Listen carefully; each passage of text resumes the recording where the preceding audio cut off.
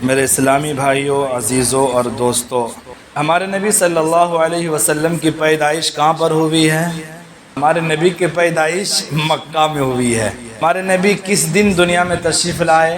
وہ دن کون سا تھا؟ پیر کا دن تھا۔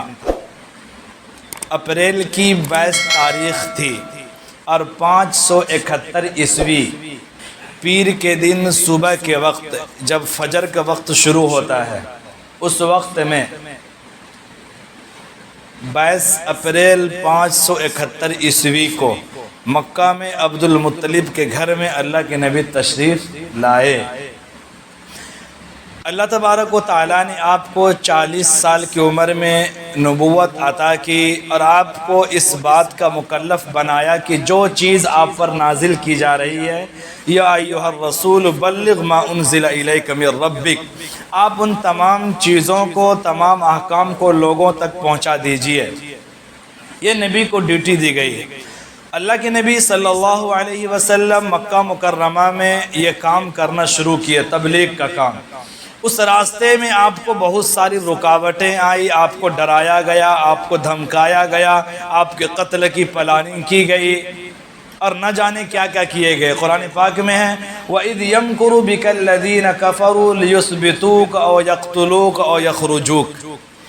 یاد کیجئے اس وقت کو جب یہ مکہ کے لوگ اس بات کی پلاننگ کر رہے تھے، نعوذ باللہ یا تو محمد کو قتل کر دیا جائے، یا ان کو جیلوں میں بند کر دیا جائے، یا اس کو اس ملک سے باہر کر دیا جائے۔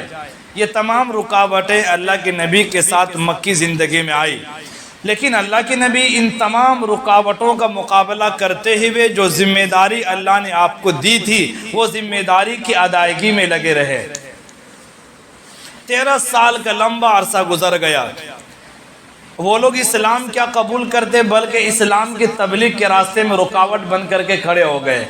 اس وقت اللہ تبارک و تعالیٰ نے آپ کو اجازت دی کہ آپ مکہ چھوڑ کر کے اب مدینہ آ جائے، اس لیے کہ انسان کی زندگی کا مقصد ہے دنیا میں اللہ کے مرضی کے مطابق زندگی گزارنا اور اس اللہ کے احکام کو دوسروں تک پہنچانا۔ اب اگر مکی زندگی میں رہتے ہوئے آپ یہ مقصد ادا نہیں کر پا رہے ہیں تو آپ کے لیے اب مکہ میں رہنا جائز نہیں ہے، آپ ہجرت کر کے مدینہ آ جائیں۔ یہ ہماری شریعت کا اصول ہے۔ اب دنیا میں کسی بھی ملک میں چلے جائیں، اگر آپ ایسے علاقے میں ہیں کہ وہاں کھل کر کے آپ اسلام پر عمل نہیں کر سکتے، وہاں پر کھل کر کے آپ اسلام کی تبلیغ نہیں کر سکتے، اگر وہاں پر آسمان سے سونے کی بارش ہو رہی ہو یا زمین سے خزانے اگل رہے ہوں، تب بھی یہاں سے آپ کے لیے ہجرت کرنا فرض ہے، اس لیے کہ آپ کی زندگی کا مقصد اللہ کی عبادت کرنا، اور وہاں رہ کر کے آپ عبادت نہیں کر رہے ہیں اور ہجرت بھی نہ کریں تو پھر قیامت کے دن اللہ کی یہاں مجرم بن کر کے آپ اٹھائے جائیں گے۔ قرآن پاک کی آیت ہے یا عبادی الذین آمنوا ان ارضی واسعۃ فایای فاعبدون۔ ایمان والے وہ بندے، میری زمین بہت کشادہ ہے لہٰذا زمین پر میری عبادت کرو۔ یعنی ایسی جگہ ہے جہاں پر رہ کر کے عبادت میں دشواری آ رہی ہے تو اللہ کی زمین تنگ نہیں ہے، بہت بڑی زمین ہے، وہاں سے ہجرت کر کے ایسے علاقے میں جانا ہے جہاں پر آپ کے لیے شریعت پر عمل کرنا آسان ہے۔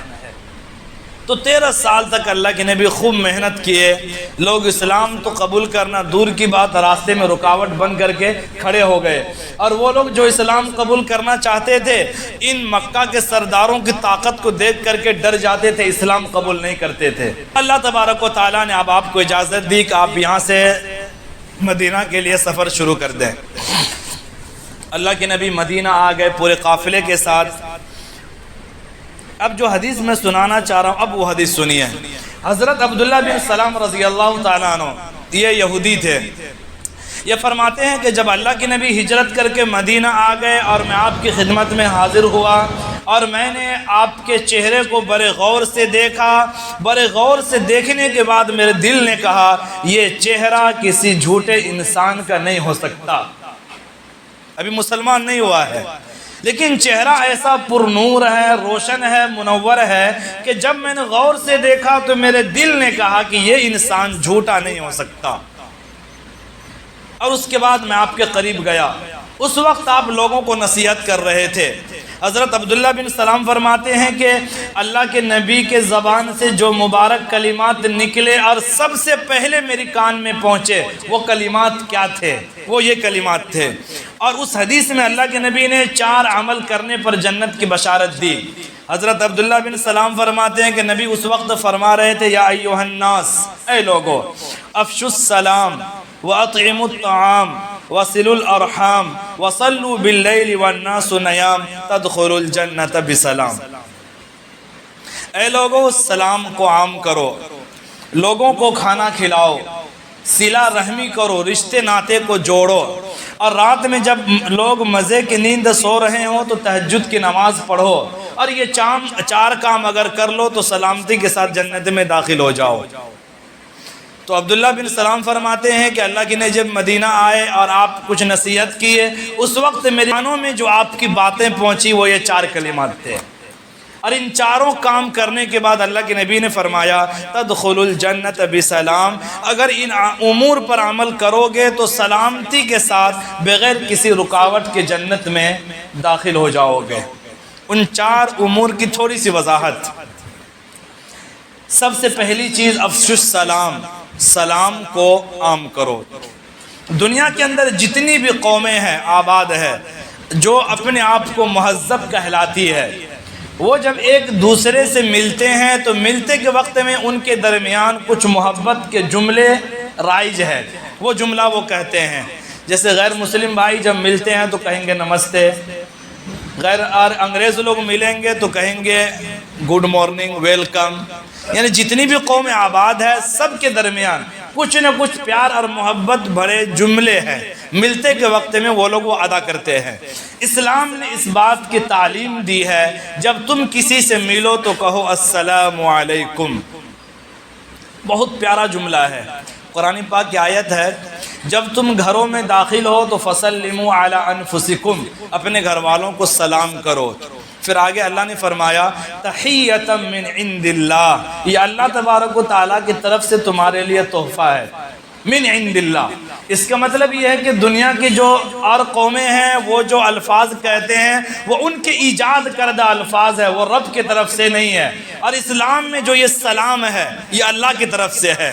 تحیۃ من عند اللہ، یہ مبارک کلمات اللہ کی طرف سے تحفہ ہے، مبارکتاً بابرکت ہے، طیبتاً پاکیزہ کلمات ہے۔ تو قرآن نے ہمیں بتایا کہ یہ لفظ سلام یہ بہت ہی جامع دعا ہے۔ ہم کہتے ہیں السلام علیکم، اس کا مطلب ہے کہ آپ ہر طرح کی پریشانی سے، ہر طرح کی تکلیف سے، ہر طرح کی رکاوٹوں سے آپ محفوظ ہو۔ کتنی بڑی دعا ہے یہ مبارک دعا، اسلام نے ہمیں سکھایا ہے کہ ہمیں یہ کہنا ہے۔ لیکن ہم لوگ آج وہی کر رہے ہیں جو انگریز کر رہا ہے، گھر جاتے ہیں ہائے ہیلو بائے بائے ٹائی ٹائی پائے پائے کیا کرتے رہتے ہیں، اور اتنے مبارک کلمات اسلام نے ہمیں سکھایا، ہم یہ نہیں کرتے ہیں۔ گھر جانے کے بعد ہم خود سلام کریں گے، بچے سیکھیں گے، اچھا ابا سلام کرتے ہیں تو گھر آنے کے وقت میں ہمیں بھی سلام کرنا ہے۔ اب کوئی فون کیا اٹھائے ہیلو کیسے ہیں، کال اٹھانے کے بعد سیدھا آپ بولیں السلام علیکم، تو سامنے والا آپ کو جواب دیا وعلیکم السلام، آپ پر بھی اللہ کی سلامتی نازل ہو۔ اتنے پیارے کلمات اسلام نے ہمیں دیا، ہم اس کو سائیڈ کر دیا اور غیر مسلموں اور انگریزوں کے طریقہ کو فالو کرنے میں ہم لگ گئے ہیں۔ السلام علیکم، اس کی کتنی اہمیت ہے۔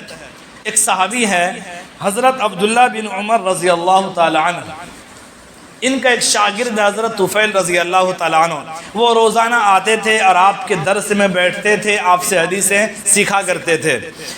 وہ حضرت طفیل رضی اللہ تعالیٰ عنہ حضرت عبداللہ بن عمر کا معمول بیان کرتا ہے کہ جب بھی میں آپ کے پاس آتا آپ مجھے ساتھ لیتے اور مدینہ کے بازار میں چلے جاتے، ایک طرف سے جاتے دوسرے طرف سے گھوم کے واپس آ جاتے۔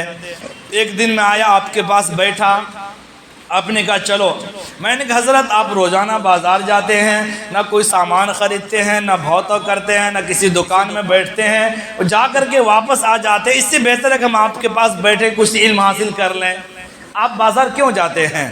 تو حضرت عبداللہ بن عمر رضی اللہ تعالیٰ عنہ نے فرمایا کہ میں جاتا ہوں ہر دکان والے سے، ہر امیر و غریب سے، ہر ملنے والے سے، ان کو میں سلام کرتا ہوں، اور اس کے برکت سے ہمیں نیکیاں بھی نصیب ہو جاتی ہے اور خدا کی رحمتیں بھی ہمیں مل جاتی ہے۔ نیکی حاصل کرنے کے لیے آپ روزانہ بازار جاتے تھے، ہر ملنے والے کو آپ سلام کرتے تھے۔ سلام پر کتنی نیکیاں ہیں۔ ترمذی ابو داؤد کی روایت ہے، حضرت عمران بن حسین رضی اللہ تعالیٰ عنہ فرماتے ہیں کہ ہم لوگ اللہ کے نبی کے ساتھ بیٹھے ہوئے تھے، ایک شخص مجلس میں آیا، اس نے کہا السلام علیکم، تو اللہ کے نبی نے کہا وعلیکم السلام، بیٹھ جاؤ۔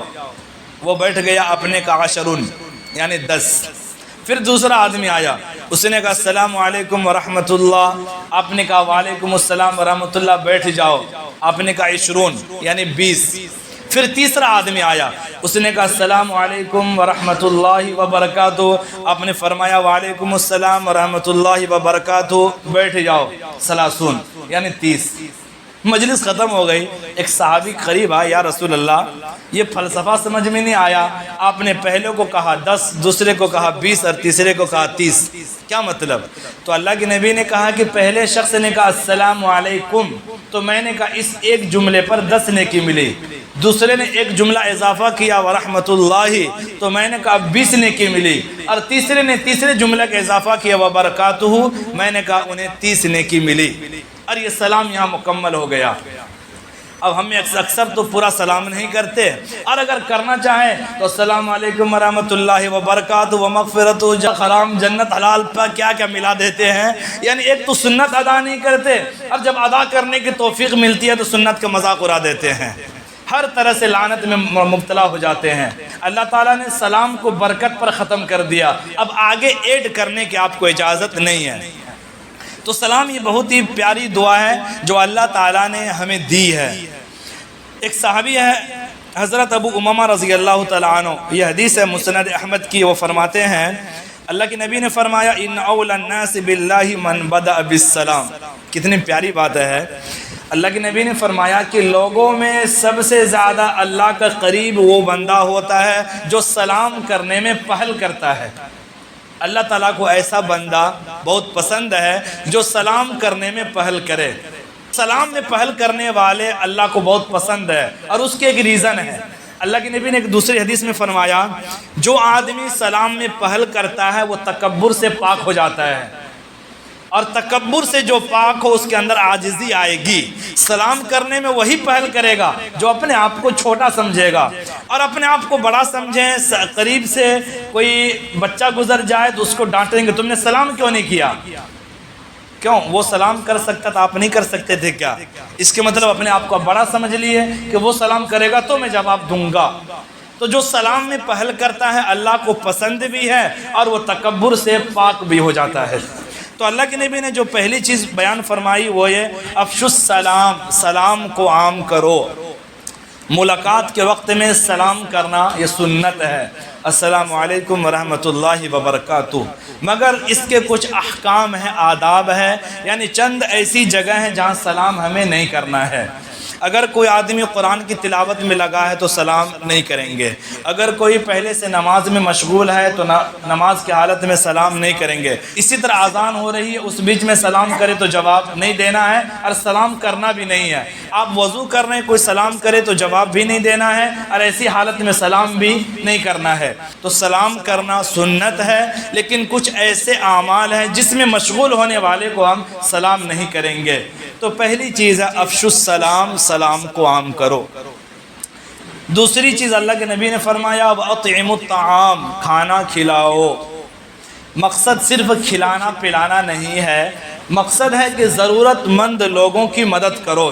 اگر بھوکا ہے تو کھانا کھلا دو، پیاسا ہے تو پانی پلاؤ، اگر پہننے کے لیے کپڑا نہیں ہے تو کپڑا سلا کر کے دے دو، یعنی ضرورت مند کی مدد کرو۔ ایسے بندے اللہ کو بہت پسند ہے۔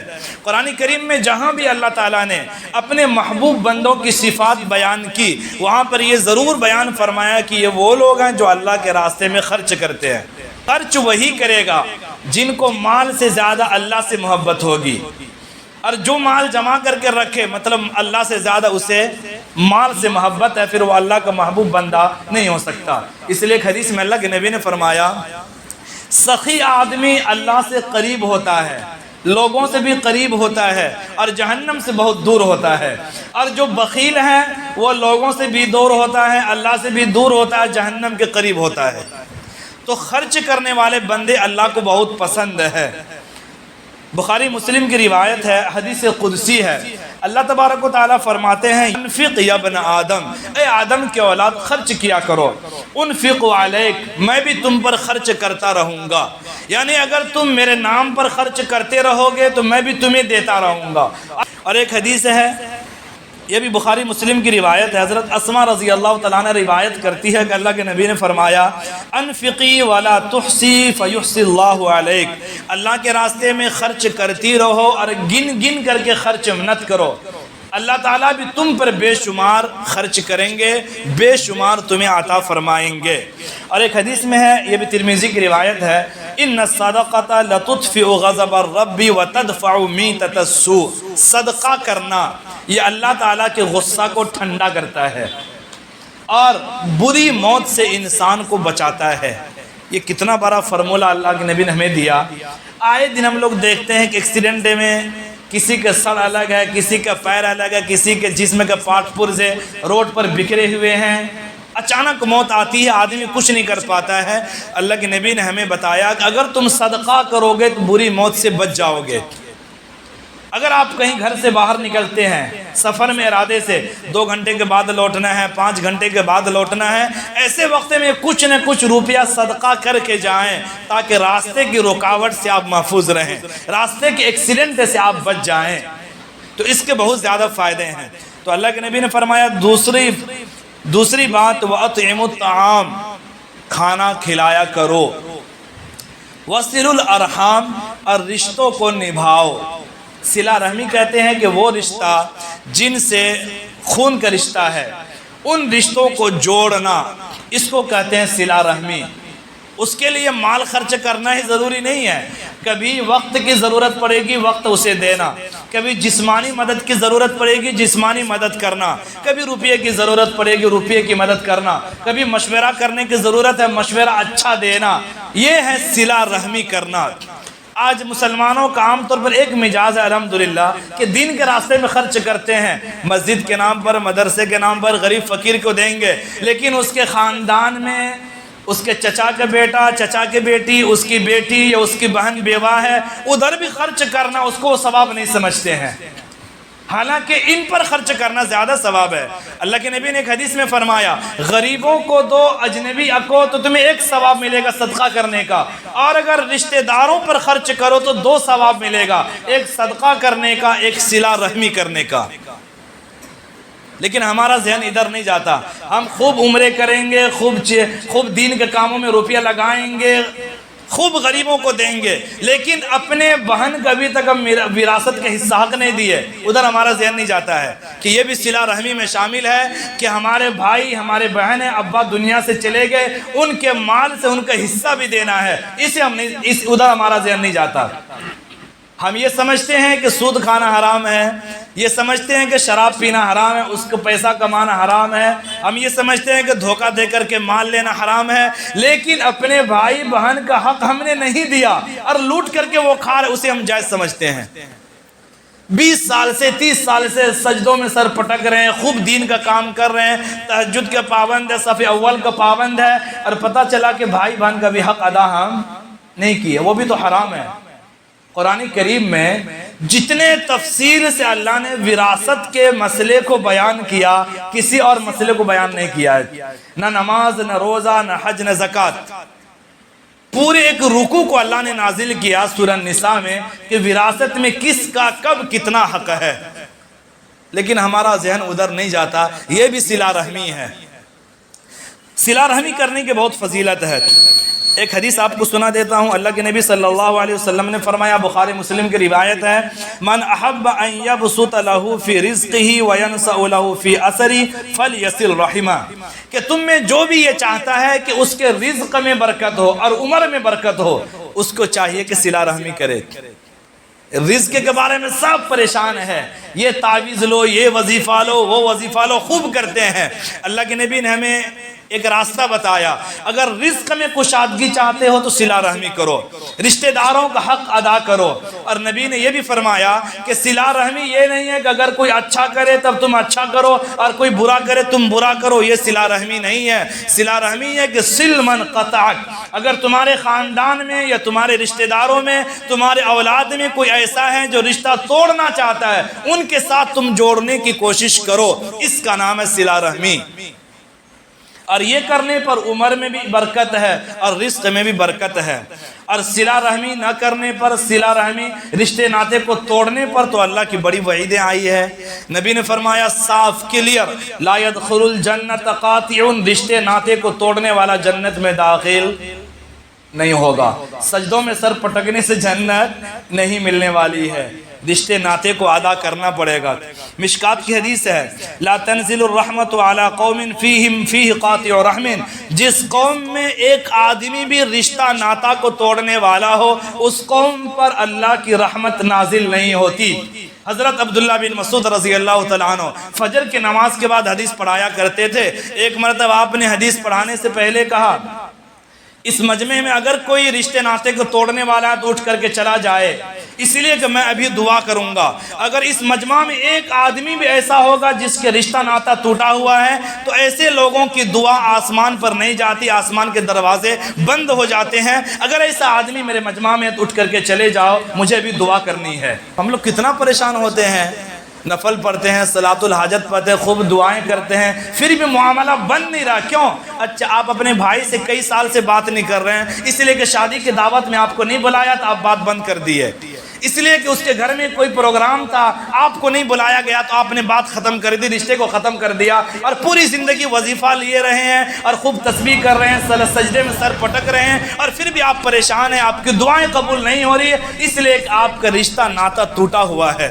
اور جس کا رشتہ ناطہ ٹوٹا ہو، خدا کی رحمت متوجہ نہیں ہوگی، اور جب خدا کی رحمت متوجہ نہیں ہوگی تو آپ کی دعائیں بے اثر ہو جائے گی۔ تو کتنا بڑا نقصان ہے اس کا۔ تو اللہ کے نبی نے تیسرا کام بتایا، وصل الارحام، صلہ رحمی کرو۔ اور چوتھا کام اللہ کے نبی نے بتایا، وصلوا باللیل والناس نیام، رات کے وقت میں جب لوگ سو جائے، نیند کے مزے لے رہے ہوں، ایسے وقت میں اٹھ کر کے مصلی بچھا کر کے اللہ کے سامنے سجدے میں سر رکھو، یعنی تہجد کی نماز پڑھو۔ تہجد کی نماز کی کتنی فضیلت ہے، صرف ایک حدیث میں سنا کے بعد ختم کرتا ہوں۔ بخاری مسلم کی روایت ہے، اللہ کے نبی صلی اللہ علیہ وسلم نے فرمایا کہ رات کے آخری حصے میں اللہ تبارک و تعالیٰ آسمانی دنیا پر متوجہ ہو جاتے ہیں، اور یہ آسمانی دنیا پر آنے کے بعد اللہ تبارک و تعالیٰ اعلان کرتا ہے، من یدعونی فاستجیب لہ، ہے کوئی دعا کرنے والا جو آ کر کے مجھ سے مانگے اور میں اس کے مانگ کو پوری کر دوں، ہے کوئی میرے سامنے ہاتھ پھیلانے والا جو ہاتھ پھیلائے میں اس کے جھولی کو بھر دوں، من یستغفرنی فاغفر لہ، ہے کوئی گناہگار جو آ کر کے مجھ سے گناہوں کی معافی مانگے اور میں اس کے گناہوں کو معاف کر دوں۔ تو رات کے آخری حصہ بہت بابرکت وقت ہے، کبھی بھی اگر آپ کی آنکھ کھل جائے 3-4 بجے کے بعد تو کم سے کم 2 رکعت پڑھ کر کے اللہ سے دعا کر لیجئے، اس وقت میں اللہ تعالیٰ سے خاص کانٹیکٹ ہوتا ہے۔ اور جتنے اللہ کے ولی دنیا میں گزرے ہیں وہ سب تہجد گزار ہیں، تہجد پڑھے بغیر اللہ کے ولی آپ کامل ولی نہیں بن سکتے۔ تو حضرت عبداللہ بن سلام فرماتے ہیں کہ جب اللہ کے نبی مکہ سے ہجرت کر کے مدینہ آئے اور میری پہلی ملاقات تھی، اس وقت میں اللہ کے نبی نے جو نصیحت کی وہ یہی 4 باتیں تھیں کہ سلام کو عام کرو، لوگوں کو کھانا کھلاؤ، صلہ رحمی کرو، اور تہجد کی نماز پڑھو، اور سلامتی کے ساتھ جنت میں داخل ہو جاؤ۔ اللہ تبارک و تعالی ہم تمام لوگوں کو ان اعمال کے کرنے کی توفیق عطا فرمائے۔ وآخر الدعوانا ان الحمد للہ رب العالمین۔